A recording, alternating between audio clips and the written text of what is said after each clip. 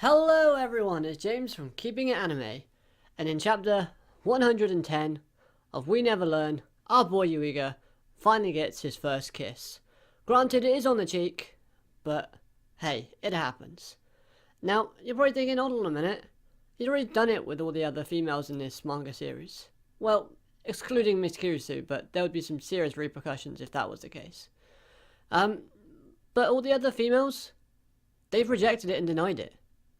So technically, this is the first one that actually counts. We've got Uruka. She says that it was a greeting, so that doesn't count. We've got Fumino. It was behind a mask, so she doesn't want that to count. And Rizu, if you've seen the anime and you've obviously kept up with the manga, then it was an accident. So technically, Asumi is the first one to actually give Yuiga a proper kiss on the face. So, there's that. But how do we get to that? Well, in this chapter, we actually wrap up the mini story arc for Asumi Koanami. And it was a brilliant way to kind of end off this arc for this character. It really does kind of tie everything that we've seen in previous chapters together in one nice little parcel. So, quick recap. So, basically, the last few chapters, the Koanami clinic has been closing down, and we've been kind of following Asumi as to her reaction and how she's coping with it. Yuika's obviously helping her out. They have the whole nurse event at the cafe, and they're now talking back at the clinic after this event. And this scene was actually pretty funny because we start off with a bit of comedy. Yuiga puts her down on the bed, and as he does, he pulls his back out. So they've made a bit of a joke right off the bat, which is not too bad. And then they go into a flashback scene. The flashback scene entails Yuiga basically talking to Asumi's mother and asking her why she actually goes overseas to do her medical practice. And she states that it's all to do with the heart. And no matter where you are, so for her, because in her heart she believes she's still doing the Koanami Clinic's work, you know, even if she's across seas, she's still helping out her husband. And that was pretty much what she had to say to Yuiga. And Yuiga is trying to get this point across to Asumi as we try and unravel what makes her want to do this, what inspired her passion for becoming a doctor. And we do find out that it's a very nice reason, and the reason for that is because when she was little, she saw her father helping out some people, and she was inspired by the smiling faces of his patients. So that was a very nice yet simple way of telling us and showing us her passion, and it does tie in with the picture that she drew in the last 2 chapters ago. Yeah, it was 108, I'm pretty sure it was, where she's younger and she's showing everyone laughing around her. And what makes this scene even better is Yuiga pulls that picture out, which if you remember, it fell into the river. So it's kind of torn up, kind of wet and soggy, but Yuiga actually still has it. I wanted to see a panel of Yuiga kind of getting that, because we all know that he can't swim.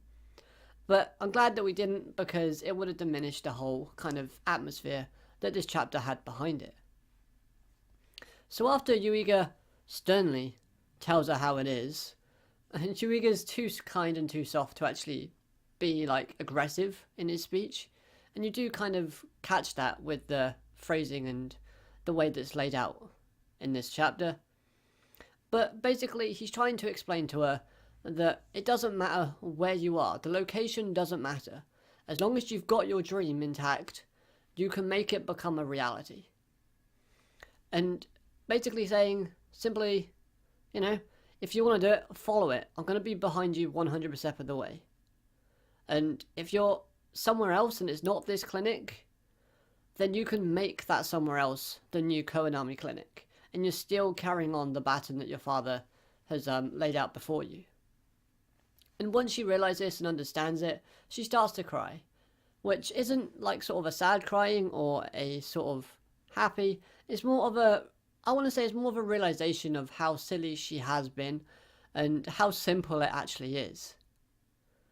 But she's grateful to Yuiga in every respect of the way. And it's worth to note that her family, her mother and father, are just listening by the door. Now, I don't honestly know if they would have been able to do it better, but they look like they're quite pleased and quite happy with the outcome. And it probably is a bit easier for them if they got Yuiga to do it for them instead, because I'd imagine it would have gotten a bit complicated if they had to do that talk with her instead. And what makes this scene also really nice, and that ties the whole cafe event into this chapter and into the arc as a whole, is we see Yuiga was in charge of taking photos. Yes, a couple of jokes do come into this part. Mostly Koanami, Azumi, basically just teasing him, saying that he loves taking photos of her. But it's the fact that the people around her and herself are smiling. So she's still doing what she loves to do. And it reinforces the fact is that she just wants to see the smiles of her patients. So that was really nice as well. This chapter had a lot of little tiny details that, when you think about them, become big things that kind of help emphasize what it's trying to get across in this chapter. So from a writing point of view, this chapter, for me, was brilliant. So after all that, we then do have a very comedic scene that I did laugh at quite a bit. So we see Azumi's father putting up the notice saying that, unfortunately, sorry for any inconvenience, but the clinic will be closing down as of a certain date.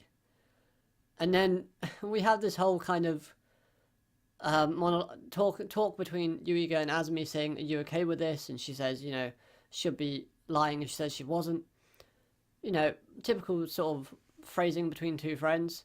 And what made me laugh more about this is the father just trolls everybody, but basically going up to that sign, crossing out some of the words, and basically making it say, we're open on weekends, sorry for the inconvenience. And it's just like, what? Did you just kind of make the whole closing down thing pointless? To some extent? But no, it was done for a joke, and obviously it's nothing to be too serious about or to fret over.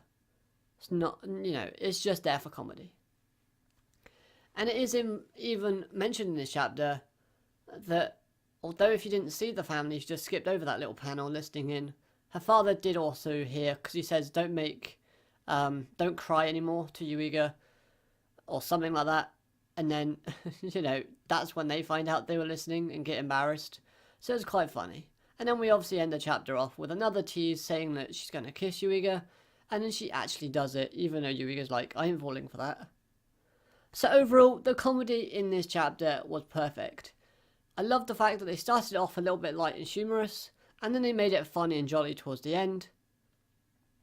But the middle itself was the main focus of this chapter, and they did that brilliantly by not having comedy in there as such, but just a tiny little bit, just to, not make it too dreary or dry.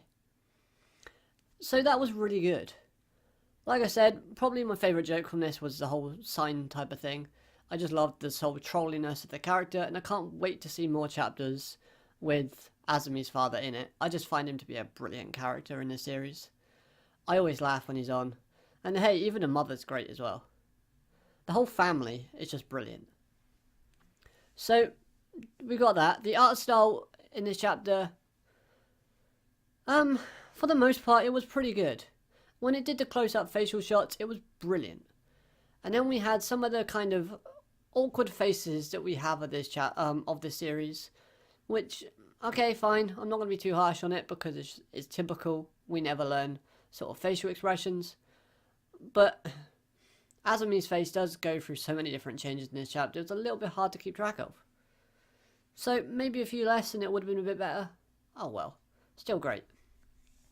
So yeah, like I've said, overall this arc for her character has done brilliant things in terms of developing Azumi Koanami as a character. We got introduced to her mother as well, so that was another good thing. And we also got to see some more good characteristics from Yuiga. He didn't exactly develop as a character. Like, maybe he learned how to swim. Still debatable, we don't know. But we do find out just how much he's willing to go to help his friends out, and how much his kindness does stretch, even though we do already have a bit of a guess as to, that already. They reinforce that tenfold in this sort of mini arc, so it does Azumi Koinami, her father, her mother, and Yuiga justice throughout this entire arc, and that's really all we need. And it looks like that pretty much everyone has a goal now, and they're kind of elaborating on them. The only person I would say still needs work on their goals is Rizu. So maybe we'll have an arc focus on her next time, because I think we had an Uraka, an Uraka with the whole greeting. We then had Fumino recently, I think. Then it's Koinami, Azumi, and then, so it might be Rizu next. We'll see. But other than that, guys, that's going to be it for this review. I hope you've enjoyed. If you have, smash that like button. Make sure to let me know your thoughts on the chapter, and what did you think of the arc, of Azumi overall? Did you enjoy it? Do you want a few more chapters with it? Or did you just not care? Let me know down in the comment section down below. But other than that, I hope you have an amazing day, and keep it anime. Bye.